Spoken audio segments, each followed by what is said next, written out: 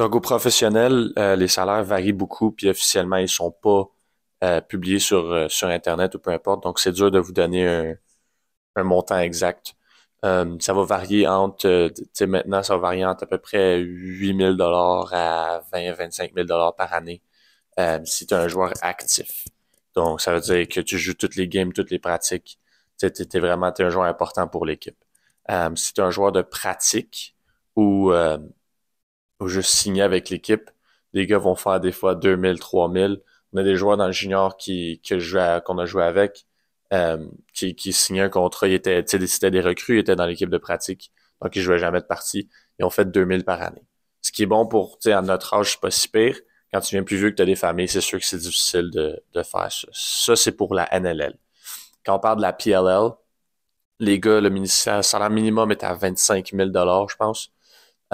Puis les gars vont faire un peu plus que ça. Les très, très bons joueurs peuvent faire de 45, 50, 60 000 par année. Mais si on parle, tu sais, les superstars, les gars qui sont premier plan, c'est peut-être les 10 meilleurs joueurs de la ligue. Donc, si tu joues les deux, tu peux avoir un salaire très potable.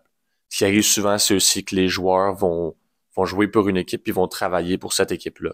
Donc, tu sais, admettons, je sais qu'avec les San Diego Seals au box, il y a beaucoup de joueurs aussi qui vont jouer pour l'équipe, faire, c'est peut-être 20 000, puis ensuite vont travailler pour l'équipe en tant que marketing ou, tu sais, dans le côté business ou faire des camps avec des jeunes, des choses comme ça. Donc, ça finit leur salaire. Donc, à la fin de l'année, ils ont quand même un bon salaire pour vivre.